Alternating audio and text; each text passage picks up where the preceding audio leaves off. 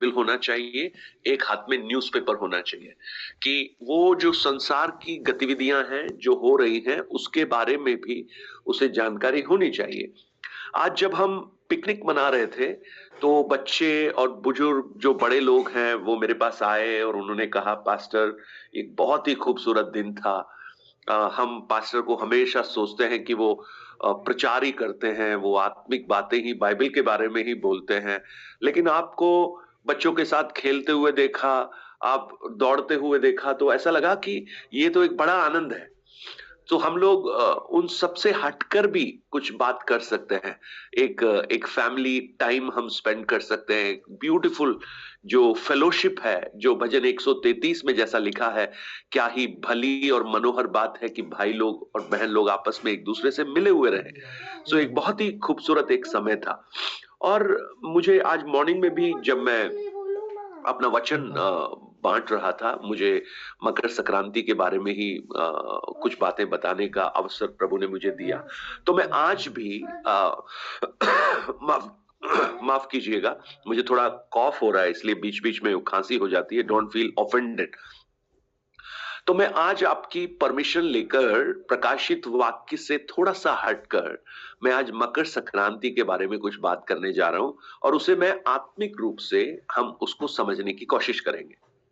Right?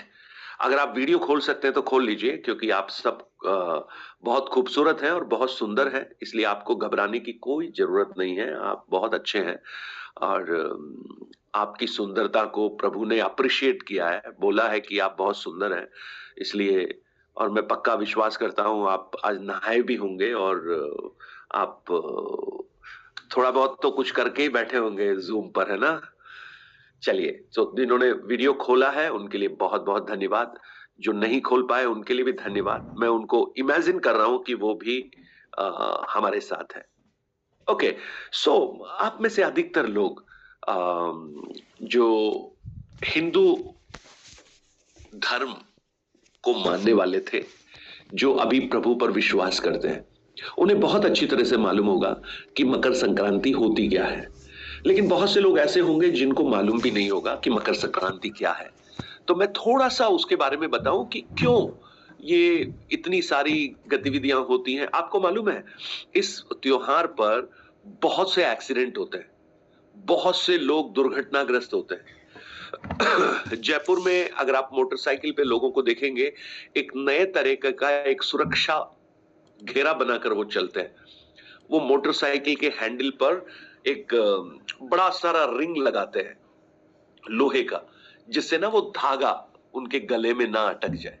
बहुत सारे पक्षी दुर्घटनाग्रस्त होते हैं और आज आपने देखा होगा बहुत सारे दान पुण्य किए जाते हैं, है ना? मंदिरों में भीड़ लगी होती है, सो दान पुण्य होता है। तो ये सब क्यों है, इसके बारे में हमें थोड़ी बहुत जानकारी होनी चाहिए, क्योंकि हम जब जिस समाज में रहते हैं वहां के लोग अगर हमसे कहें पूछे तो हमें थोड़ा बहुत जानकारी इसके बारे में भी होना चाहिए। तो देखिएगा, ये वास्तव में मकर संक्रांति जो है ना, मैंने जब इसके बारे में अध्ययन किया तो ऐसी मान्यता है ना? मैं ये जो बोल रहा हूं वो हिंदू पौराणिक धर्म के आधार पर है कि कि आज का जो दिन है, उनके भगवान भास्कर अपने पुत्र शनि से मिलने स्वयं उनके घर जाते हैं।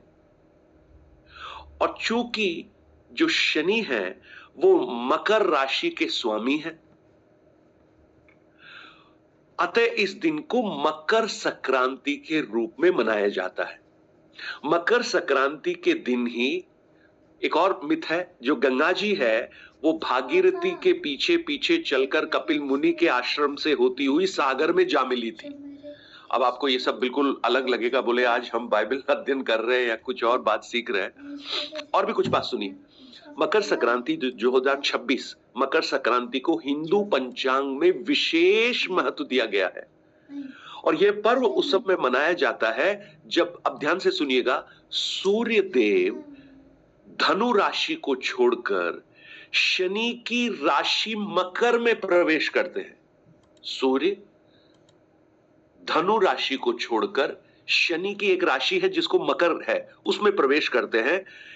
यह सूर्य जो 2026 में गोचर बुधवार 14 जनवरी को होगा, और इसी वजह से यह दिन मकर संक्रांति के रूप में पूरे देश में मनाया जाता है।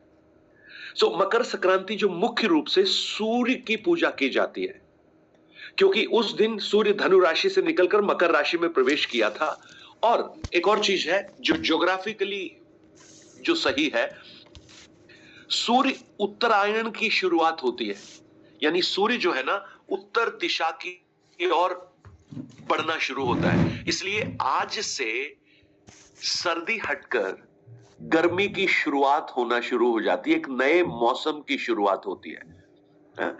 और तो ये हमें ये भी बताता है एक पुराने मौसम से एक नए मौसम की ओर। जब हम पुराने मौसम से एक नए मौसम की ओर, यानी उस सर्दी से, ये मान्यता है कि तिल जब खाया जाता है तो सर्दी खत्म है, उसके बाद गर्मी शुरू हो जाती है। आपने देखा होगा तिल के लड्डू लोग खाते हैं, तिल खाते हैं, और खिचड़ी बहुत आज के दिन बनाई जाती है।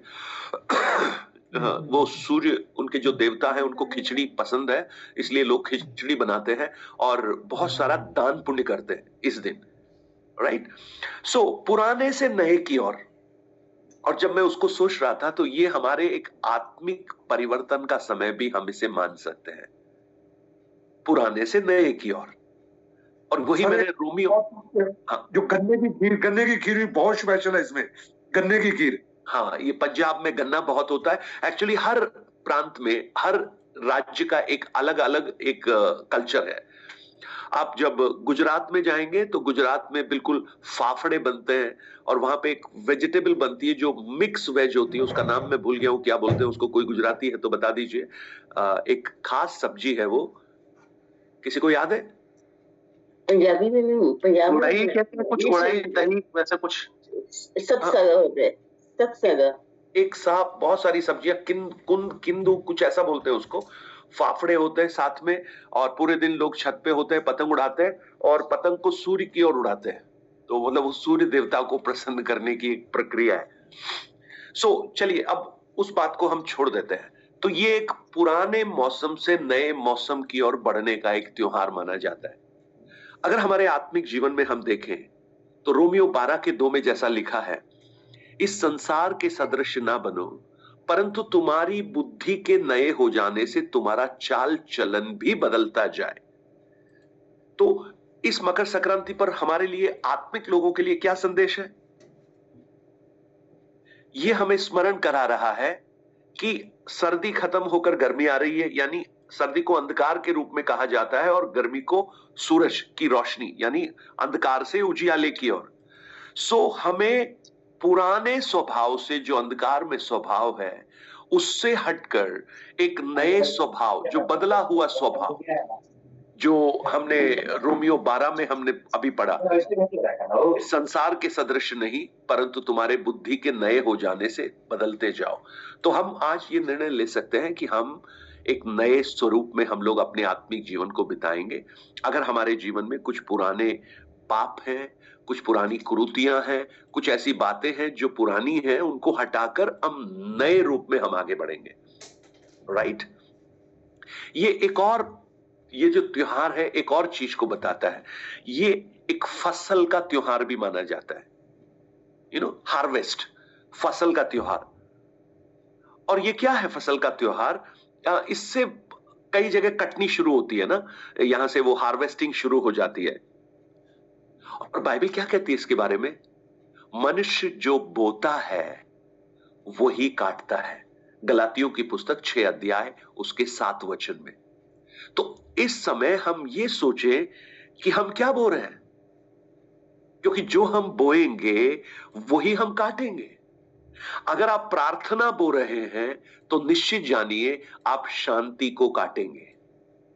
अगर आप विश्वास बो रहे हैं तो आप आशीष को काटेंगे।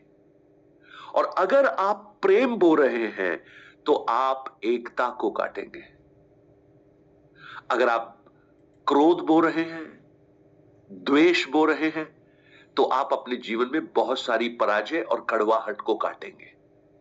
चूंकि एक फसल का त्योहार माना जाता है तो आप अपने आप से पूछिए कि आप बो क्या रहे हैं, राइट।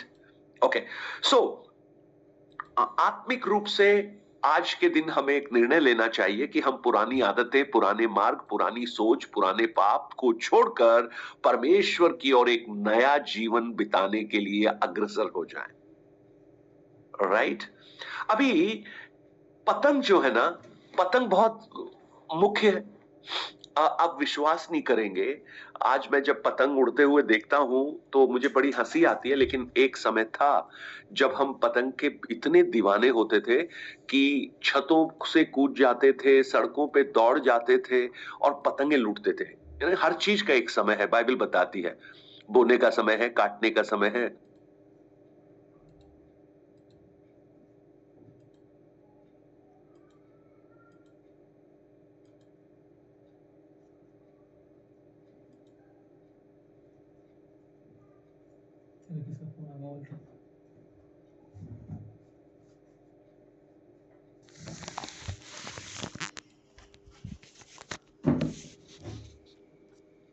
अशद,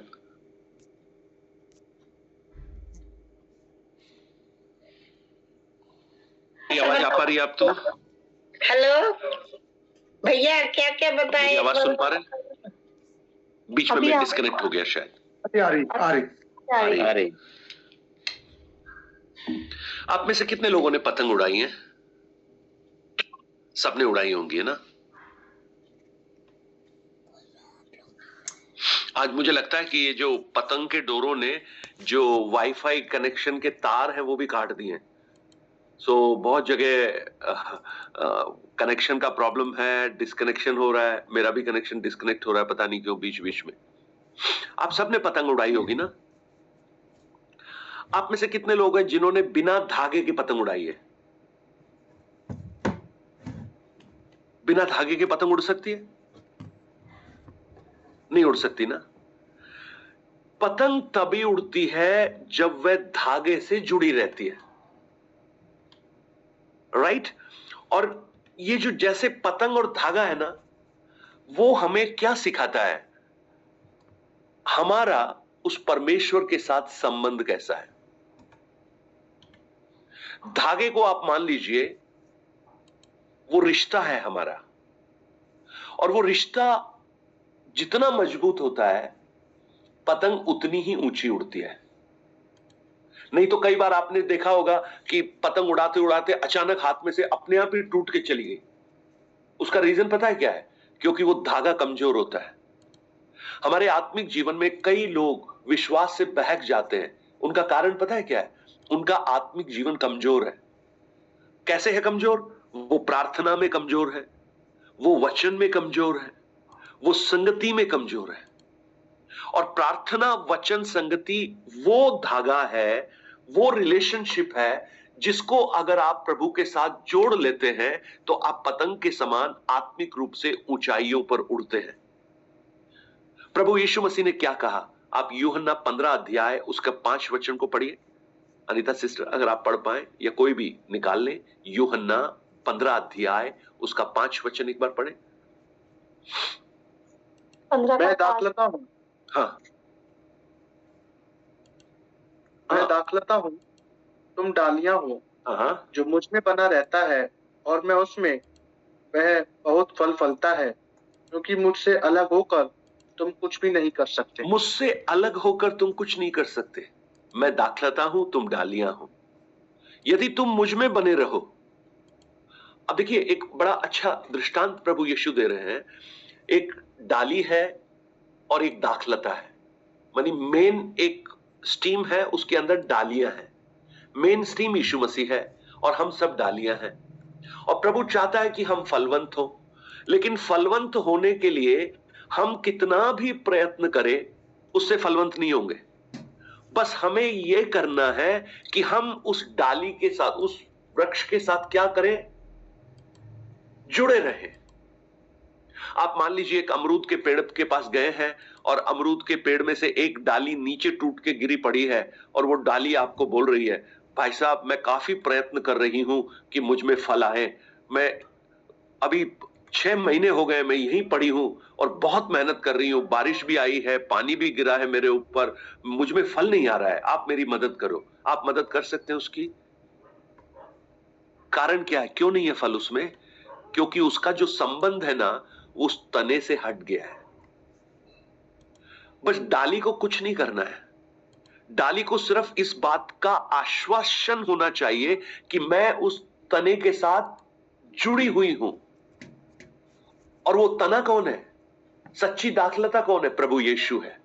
और हम कौन है? हम वो डालियां हैं। अब हम कैसे उसके साथ जुड़ सकते हैं? अब पेड़ की डाली को तो ले जाके आप जोड़ सकते हैं पेड़ के साथ में, लेकिन हम कैसे जुड़ सकते हैं?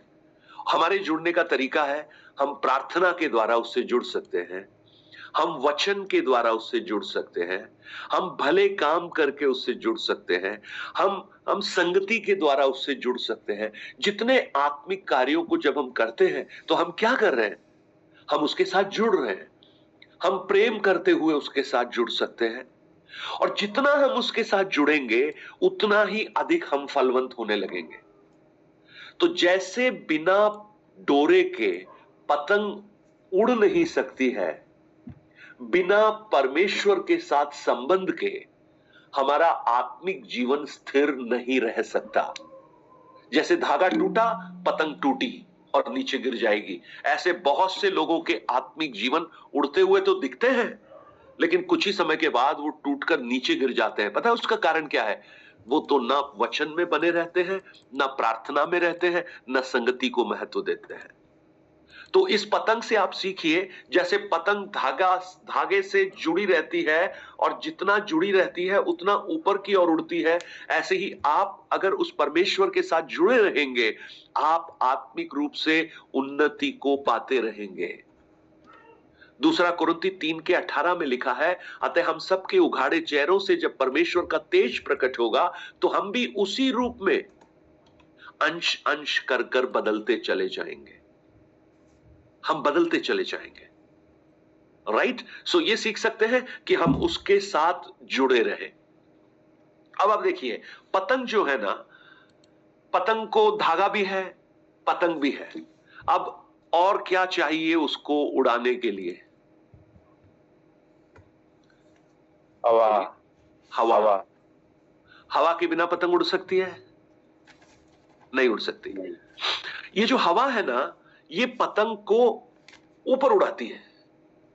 और हवा जब होती है तो शोर भी होता है ना? हिलती भी है चीजें, पेड़ हिलते हैं, चीजें खड़खड़ करती हैं। शांति में पतंग उड़ती नहीं है। शांत वातावरण में पतंग नहीं उड़ती। मैं बताऊं क्या समझाने की कोशिश कर रहा हूं? हम कई बार अपने जीवन में शांति चाहते हैं। मैं वो शांति की बात नहीं कर रहा हूं जो प्रभु यीशु ने देने का वायदा किया। हम चाहते हैं कि हमारे जीवन में कोई हवा ना चले, यानी हमारे जीवन में कोई समस्या ना आए। हमारा जीवन बिल्कुल जैसे होता ना, कोई आवाज नहीं, बिल्कुल खामोश चलता रहे। मैं आपको कहूं, उस खामोशी में कभी भी पतंग उड़ेगी नहीं, वो जमीन पर ही पड़ी रहेगी। जब हवा तेज चलती है ना, आपको मालूम है जहाज, बड़े बड़े हवाओं के झोंकों से बड़े बड़े जहाज भी गिर जाते हैं। लेकिन ये पतंग क्या करती है? हवा के उस दबाव के द्वारा वो उड़ना शुरू होती है। मैं आपको पता है क्या कोशिश करता हूं? हमारे जीवन में ये जो हवा है ना, ये पता है किस बात को दर्शाती है?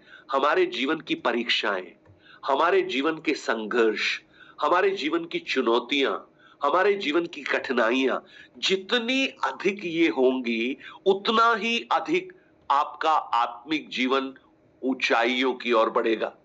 क्योंकि जितनी तेज हवा होगी उतनी ही पतंग ऊपर उड़ना शुरू हो जाएगी। राइट? याकूब की पुस्तक को निकालिएगा, उसका 1 अध्याय, उसका 2 से लेकर 4 तक वचन को पढ़िए। Book of James chapter 1 versus 2 to 4।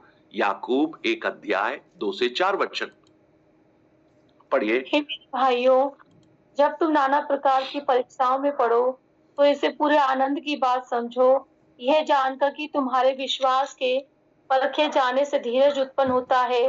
पर धीरज को अपना पूरा काम करने दो कि तुम पूरे और सिद्ध हो जाओ और तुम में किसी बात की घटी ना रहे। देखो याकूब क्या कह रहा है? आनंद की बात समझो जब तुम परीक्षाओं में पढ़ो। क्यों आनंद कैसे समझे? क्योंकि पता है क्या होता है, इससे तुम्हारा विश्वास परखा जाता है, और जितना अधिक विश्वास परखा जाता है उतना ही धीरज उत्पन्न होता है। आपने देखा होगा कि अगर मान लो बहुत गर्मी के बीच में लाइट चली गई, पसीना पसीना हो गए, तो छोटे छोटे बच्चे रोना शुरू कर देते हैं, गर्मी लग रहा है, गर्मी लग रहा है। लेकिन आप उनको समझाने की कोशिश करते हैं, कोई बात नहीं बेटा, कोई बात नहीं, थोड़ी देर में आ जाएगा। जानते हैं क्यों? क्योंकि आपने अपने जीवन के अनुभव से उस बात को सीख लिया है कि अभी लाइट गई है, आ जाएगी, सहन शक्ति बढ़ गई है। और वो कैसे हुआ? आपने सीखा। तो जब आपके जीवन में परीक्षाएं आती हैं, परख आती है, तो उससे धीरज उत्पन्न होता है, और धीरज जब अपना कार्य करता है तो हमें सिद्धता की ओर लेकर चलता है। इसलिए पतंग से एक और चीज सीखिए, जितनी तेज हवा उतनी ही अधिक ऊंची, जितनी अधिक परीक्षा उतना ही आत्मिक जीवन में और सिद्धता, उतनी ही उन्नति। राइट? समझ में आ रहा है? सो एक निश्चित कीजिए कि आपका संबंध प्रार्थना, वचन, संगति में परमेश्वर के साथ हो, आप उड़ेंगे आत्मिक रूप से। दूसरा, आप इस बात में आश्वस्त हो जाएं कि आपके जीवन में जो परीक्षाएं हैं, तकलीफ है, कठिनाइयां हैं, वो आपको गिराने के लिए नहीं है, आपको ऊपर उठाने के लिए है। अब तीसरा देखिएगा, एक अच्छा पतंग उड़ाने वाला बहुत अच्छी तरह जानता है कि उसको नियंत्रित कैसे किया जाता है। मैं आपको कहूं, जिसने आज तक पतंग कभी नहीं उड़ाई है, उसको अगर पतंग उड़ाने के लिए दे दोगे तो वो उसको 1 मिनट में फाड़ के वापस दे देगा, क्योंकि उसको पता ही नहीं है। उसको पता नहीं है कि ऊपर की तरफ जाने का मुंह कौन सा है, और उसको अगर नीचे की तरफ किया तो जमीन से टकरा जाएगी, अगर साइड में घुमा दिया तो पेड़ों से उलझ जाएगी। यानी नियंत्रण होना बहुत जरूरी है, नियंत्रण, कंट्रोल होना बहुत जरूरी है। और पतंग जो उड़ाता है ना, उसे अच्छी तरह मालूम है कब ढील देनी है, कब खींचना है ना, कब दाएं मोड़ना है, कब बाएं मोड़ना है, बहुत अच्छी तरह से उसे मालूम होता है। देखिए, हमारे आत्मिक जीवन को अगर हम आकलन करें तो हमारा नियंत्रण पवित्र आत्मा के हाथ में हमें सौंपना चाहिए।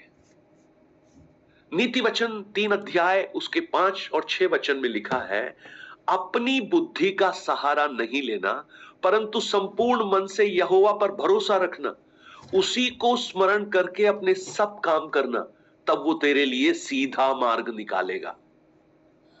भजन 32 उसके 8 में लिखा है, मैं तुझे बुद्धि दूंगा और जिस मार्ग में तुझे चलना है उसमें मैं तेरी अगुवाई करूंगा।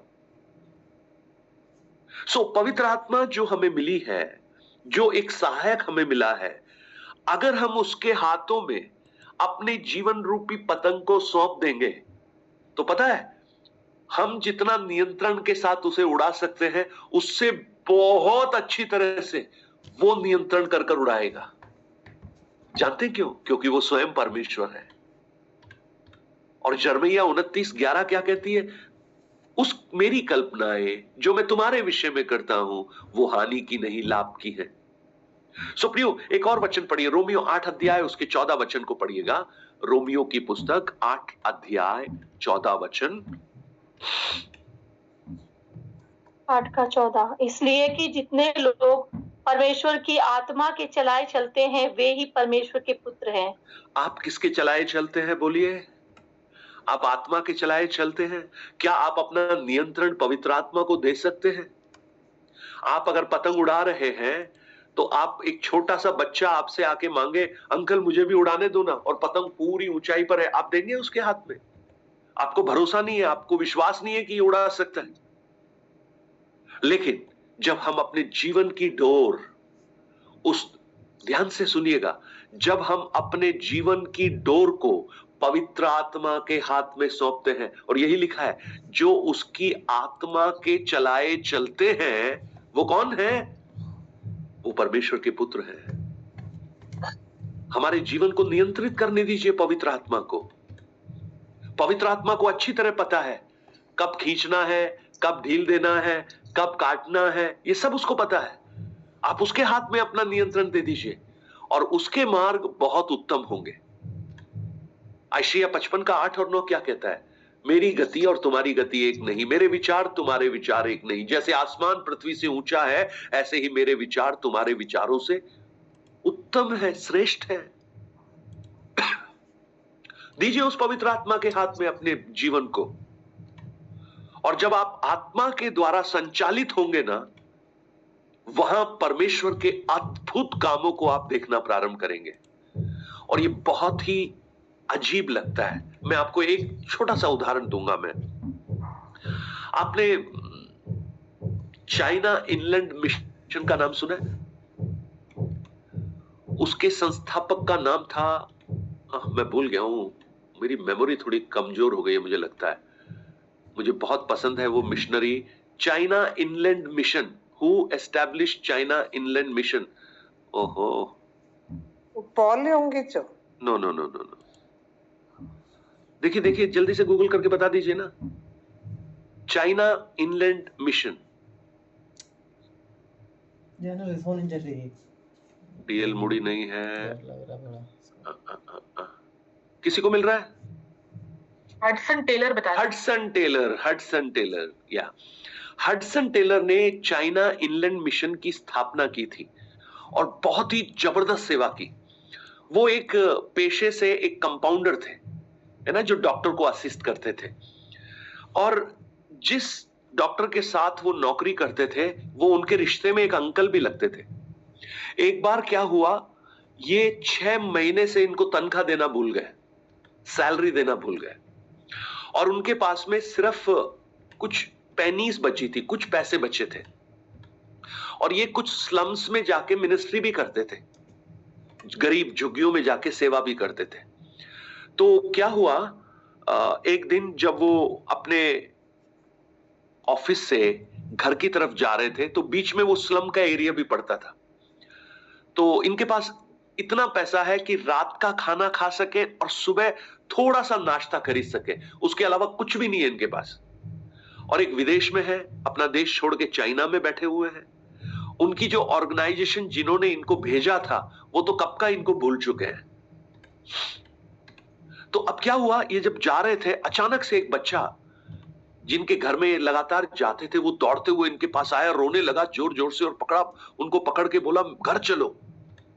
और घर जब पहुंचे तो घर में देखा एक मां जमीन पे लेटी है और उसके 3 बच्चे हैं जो भूख से तड़प रहे हैं। इनके पास खाने को कुछ भी नहीं है और वो मां का दूध पीने की कोशिश कर रहे हैं। छोटे बच्चे हैं लेकिन दूध है ही नहीं। और हडसन टेलर ने जब ये देखा, उनका मन बहुत द्रवित हो गया। उन्होंने प्रार्थना किया तो प्रार्थना करने के बाद वो उठ गए। जब वो जाने के लिए मुड़े तो पवित्र आत्मा ने उनसे कुछ कहा। पवित्र आत्मा ने जानते हैं क्या कहा? हडसन, तुम्हारे पास जो पैसा है वो तुम इनको दो। अब हिल गया हडसन टेलर, क्योंकि रात को डिनर और नेक्स्ट डे मॉर्निंग में ब्रेकफास्ट, थोड़ा, वो भी ज्यादा नहीं ले सकता, इतना सा है। ये मेरा लास्ट मनी है। अब हम उसकी कल्पना अभी शायद कर नहीं सकते। आप सोचिए, आप कहीं ऐसी जगह है जहां पर आपके पास कुछ भी नहीं है और 100 रुपए आपके पास बाकी बचे, ना आपके पास यूपीआई काम कर रहा है, ना आपके पास एटीएम कार्ड है, और आप किसी ऐसे जगह पे हो जहां पे आपको कोई नहीं जानता। और वहां पर पवित्र आत्मा आपको कह रहा है कि ये 100 रुपए तुम निकाल के उस भिखारी को दे दो। हडसन टेलर बहुत हिल गए, बोले क्या करूं? जेब में हाथ डाला, उस जो सिक्के को महसूस किया, फिर वापस हाथ निकाल लिया, फिर हाथ डाला, फिर वापस निकाल लिया, लेकिन होली स्पिरिट कह रहा है इनको दो। और उन्होंने पवित्र आत्मा की बात को माना। उन्होंने वो पैसा निकालकर उस बच्चे के हाथ में देकर कहा, बेटा जाओ दूध और ब्रेड लेकर आओ। और जब वो बच्चा दौड़ के बाहर चला गया वो लेने के लिए, तो हडसन टेलर ने घुटने पर बैठकर प्रार्थना किया। और उनकी आत्मकथा में ये लिखा है कि वो जो प्रार्थना उनके घुटने पर बैठकर की गई प्रार्थना थी, वो उनके जीवन की सबसे सर्वश्रेष्ठ प्रार्थना थी। और पवित्र आत्मा का इतना भरपूरी उस घर के अंदर आई कि वो जो माँ थी जो मरने वाली थी वो खड़ी हो गई। इतने में वो बच्चा दूध और ब्रेड लेके आया, इन बच्चों को खाना उसने खिलाया और ये भूखे पेट अपने घर की ओर चले गए। परंतु वो कहते हैं मेरा पेट भूखा था लेकिन मेरी आत्मा इतनी आनंदित थी, मुझे ऐसा लग रहा था कि मैं पूरी तौर से संतुष्ट हूं। रात को 11 बजे घर पहुंचे और जब 11 बजे घर पहुंचे, खाने के लिए कुछ भी नहीं है, पानी का एक गिलास लेकर पिया और सोचा नींद आएगी कैसे। तो अचानक गाड़ी का हॉर्न बजता है। जब इन्होंने देखा तो देखा इनके वो अंकल जो डॉक्टर है वो आ गए यहां पे रात को। और उनके साथ प्रॉब्लम क्या है, उस डॉक्टर के साथ में प्रॉब्लम यह है उनको रात के अंधेरे में गाड़ी चलानी नहीं आती है, वो चला नहीं सकते, इसलिए वो रात को 7 बजे के बाद कहीं जाते नहीं है। तो ये पक्का है कि वो तो आ ही नहीं सकते। तो उनको जब 11 बजे देखा तो ये हैरान हो गए, बोले ये कैसे आ गए। और आते ही उन्होंने पता है क्या बोला, हडसन मैंने तुम्हें कितने दिन से सैलरी नहीं दी। बोला 6 महीने हो गए। तो तुमने मुझे बोला क्यों नहीं। बोला मैंने इसलिए नहीं बोला कि मैंने सोचा आप खुद बोलेंगे। तो बोला आज शाम से जैसे कोई मुझे बोल रहा है तुमने सैलरी नहीं दी हडसन की, सैलरी नहीं दी हडसन की। तो मैंने कहा मैं सुबह जाके दूंगा, लेकिन मुझे सोने नहीं दिया। मुझे बोला आप भी जाके दे के आओ, मेरे अंदर से ऐसी आवाज आ रही है, इसलिए मैं रात को यहां आया हूं। अब तुम्हें वापस मुझे छोड़ने के लिए घर जाना पड़ेगा क्योंकि मैं गाड़ी नहीं चला सका। पता नहीं कैसे चला के मैं यहां तक पहुंच गया हूं। और 6 मंथ का सैलरी उन्होंने निकालकर हडसन टेलर को दिया। आत्मा के अनुसार चलाए जाना। जब हम हमारे जीवन को पवित्र आत्मा के उस निर्देशन में सौंपते हैं, मैं आपको कहूं जब मैं ये बोल रहा हूं ना, ये मैं खुद भी आपके साथ शामिल हूं, ये बहुत मुश्किल है, कई बार बहुत मुश्किल है। और कई बार हम आत्मा की आवाज को नजरअंदाज कर हम अपनी आवाज उसमें शामिल कर देते हैं। कई बार जैसे देने के संबंध में हमको लगता है कि किसी ने कुछ आवश्यकता बोली, आपके स्पिरिट ने अचानक से बोला, उदाहरण दे रहा हूं, 5000 रुपीस उनको दे दो, स्पिरिट बोल रही है ना। आपका मन भी करता है उस समय, लेकिन थोड़ी देर के बाद आप बोलना शुरू करते हैं, अरे 5000 की जरूरत क्या है, बहुत सारे लोग दे तो देंगे, वो भी देंगे ये भी देंगे, तो चलो ऐसा करते हैं 2.5 दे देते हैं। फिर थोड़ी देर के बाद बोलते हैं अरे 2.5 भी देने की क्या जरूरत है, चलो 1000 रुपए दे देते हैं। और लास्ट में शायद 200 रुपए पे गाड़ी रुक के वो आप दे के चले आते हैं। कितनी बार ऐसा हुआ होगा। मेरे जीवन की शुरुआत में बहुत बार मेरे साथ हुआ, इसलिए मैं आपको बता रहा हूं। लेकिन अब मैंने सीखा है कि आत्मा की आवाज को सुनना। आप अगर उसको सुनने के लिए तैयार हैं, प्रभु की आत्मा आपको ऐसे मार्गों पर चलाएगी जिसकी आप कल्पना भी नहीं कर सकते।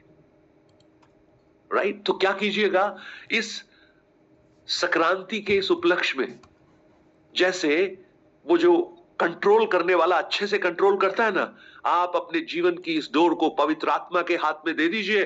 वो आपको नियंत्रित करना शुरू करेगा और वो आपको टूटने नहीं देगा, कटने नहीं देगा। आपकी पतंग ऊपर उड़ना शुरू हो जाएगी, यानी आपका आत्मिक जीवन उन्नति को प्राप्त करेगा। अब देखिएगा एक और चीज देखिए, जब धागा टूट जाता है ना तो पतंग फिर हवा में नहीं रुकती, पतंग नीचे गिर जाती है। और धागा कैसे टूटता है आपने देखा होगा, कई बार दूसरी पतंगें आके आपस में लड़ती हैं, है ना, पेच लड़ाते हैं तो एक दूसरा काट देता है। तो हमारे जीवन में, हमारे आत्मिक जीवन की उन्नति को रोकने के लिए बहुत सारी चीजें हैं जो हमें गिराने के लिए तत्पर है। हमारी आंखों की अभिलाषा, हमारी जीविका का घमंड, हमारे जीवन में आने वाले छोटे छोटे पाप। और आज मुझे सुनने वालों, मैं आपको बताना चाहता हूं मेरे भाई बहन, आप में से कोई भी बहुत बड़ा पाप नहीं कर रहा होगा। आप में से कोई डाका नहीं डाल रहा होगा, कोई व्यभिचार नहीं कर रहा होगा, या आप कोई बहुत बड़ा मर्डर आपने नहीं किया होगा। लेकिन पता है, छोटे छोटे से पाप, छोटे छोटे से पाप, छोटा सा झूठ, छोटी सी चोरी, छोटा सा, है ना, कुछ गलत रिलेशन, ये वो चीजें हैं जिनको हम नजरअंदाज कर देते हैं, और पता है क्या करती है ये हमारे उस डोर को काट देती है और हमारा संबंध परमेश्वर के साथ कट जाता है और हम नीचे गिरने लगते हैं। लेकिन आज सोचिए, उन सब बातों को दूर हटाइए। इब्रानियों 12:2 में लिखा है, तो आओ रोकने वाली हर वस्तुओं को और उलझाने वाले हर पाप को दूर करते हुए उस दौड़ में जिसमें हमें दौड़ना है, धीरज के साथ दौड़े। राइट। एक और बात कह के मैं समाप्त करूंगा ना। पतंग से एक और चीज सीख सकते हैं। आपने पतंग देखी होंगी ना, कितनी रंग बिरंगी होती है। कई पतंगों में अच्छी अच्छी आकृतियां बनी होती है, और जितनी बड़ी होती है, जितनी खूबसूरत होती है, उतनी ज्यादा महंगी होती है। आप बड़े चाव से उसे खरीद के लाते हैं। लेकिन आपको मालूम है, जैसे जैसे ये पतंग ऊपर की ओर उठना शुरू होती है ना, और जितनी ऊंचाई पर ये जाती है उतनी ही छोटी दिखाई देती है। समझ में आ रहा है आपको? आप जो बड़ी पतंग जो आपके हाथ में होगी, जब ये हवा में बहुत ऊपर चली जाएगी ना, आपको बहुत छोटी दिखाई देगी। उसका जो डिजाइन है वो फिर आपको दिखाई नहीं देगा, उसकी सुंदरता शायद आपको दिखाई नहीं देगी। पता है ये किस बात को दर्शाता है? हम जितना परमेश्वर के करीब और जाते जाते हैं, हम बड़े नहीं होते, हम और छोटे होना शुरू हो जाते हैं, हम नम्र होना शुरू हो जाते हैं। याकूब 4 उसके 10 को पढ़िएगा एक बार। याकूब की पुस्तक 4 उसका 10 क्या कहता है हमें? प्रभु के सामने नम्र बनो, दीन बनो, तो वो तुम्हें क्या बनाएगा? शिरोमणि बनाएगा।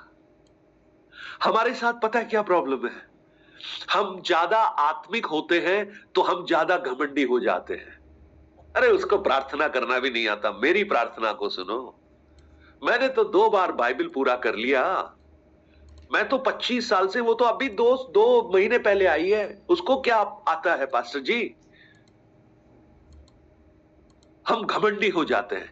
लेकिन याद रखना, जितना आप उसके करीब जाएंगे ना, उतना ही अधिक आप अपने आप को छोटा महसूस करेंगे।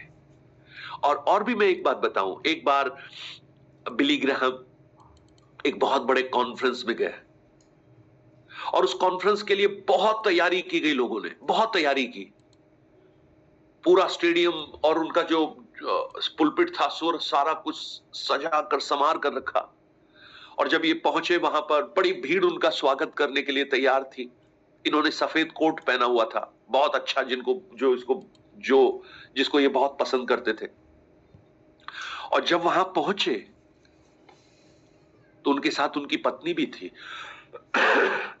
तो उन्होंने कहा, आपने एक कोट पहना है, इसमें इतना बड़ा धब्बा लगा हुआ है, ये सबको दिखाई दे रहा है। बोला, धब्बा ये कब लगा है? बोले, ये तो हमको घर में तो दिखाई नहीं दिया, हमने देखा, मैं तो बहुत अच्छी तरह से उसको देखकर आया हूं, लेकिन ये कैसे दिखाई दे रहा है? तब पता है उनको समझ में आया, एक चीज समझ में आई। जब घर में थे ना, वहां पर 100 वाट का बल्ब जल रहा था, 60 वाट का बल्ब जल रहा था, तो वहां पर वो छोटे जो धब्बे थे ना, वो दिखाई नहीं दिए। लेकिन जब वो 2000 वाट, क्योंकि वो स्टेडियम खचाखच लाइट से भरा हुआ था, 2000 वाट 1000 वाट का बल्ब जब उनके ऊपर पड़ा ना, तो छोटे छोटे धब्बे भी क्लैरिटी के साथ दिखाई देने शुरू हो गए। मैं कहूं, जितना आप परमेश्वर के प्रकाश के करीब आप जाते जाएंगे, आपके जीवन के छोटे छोटे पाप उतने ही बड़े आपको नजर आएंगे, उतने ही क्लैरिटी के साथ आपको दिखाई देना शुरू होगा। आप देखिएगा, जब शिमोन पतरस यीशु के साथ उस नाव में बैठा था, बहुत सारी मछलियां उसने पकड़ी, और बहुत सारी मछलियां पकड़कर वो बहुत आनंदित हुए, उनके जाल फटने लगे।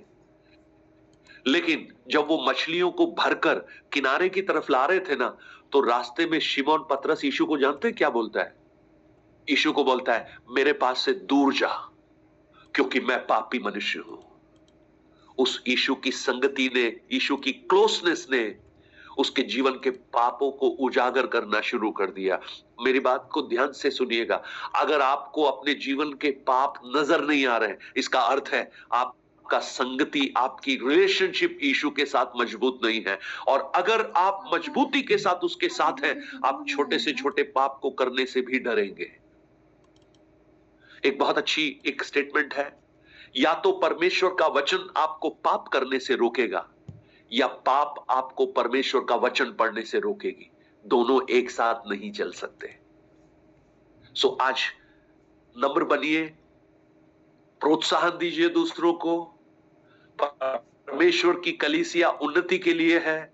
हम सब उसके अंग हैं और वो देह है, और देह में बहुत सारे अंग हैं, और सब अंगों की जिम्मेदारी है कि एक दूसरे को होल्ड करें।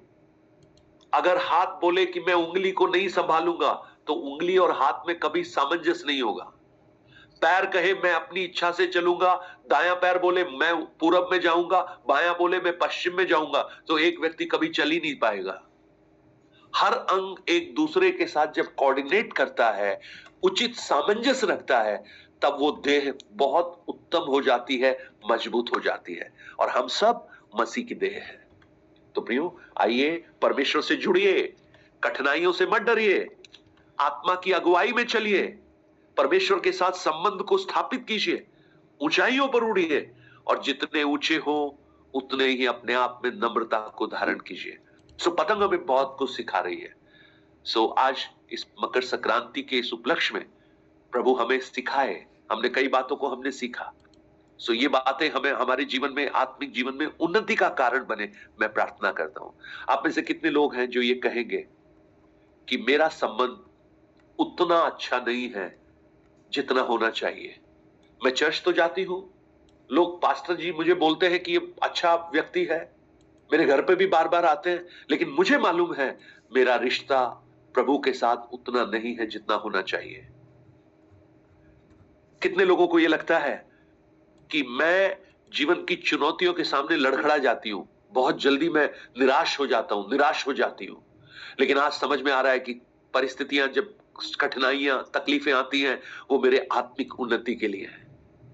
दूसरा कुरिन्थी 4:17 में पौलुस कहता है, मैं हमेशा इस वचन को बोलता हूं, ये जो हल्का सा पल भर का क्लेश हमारे लिए बहुत महत्वपूर्ण है, क्योंकि ये अनंत महिमा को उत्पन्न करता है। भजन संहिता 119:71 कहता है, मुझे जो क्लेश हुआ वो मेरे लिए भला हुआ, जिससे मैं तेरी विधियों को और अच्छे से सीख सकूं।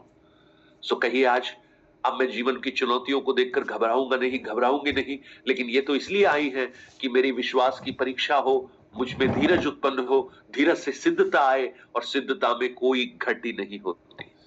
और हम निश्चय कीजिए, अब से मेरे जीवन को नियंत्रित करने वाला मैं नहीं, पवित्र आत्मा बने।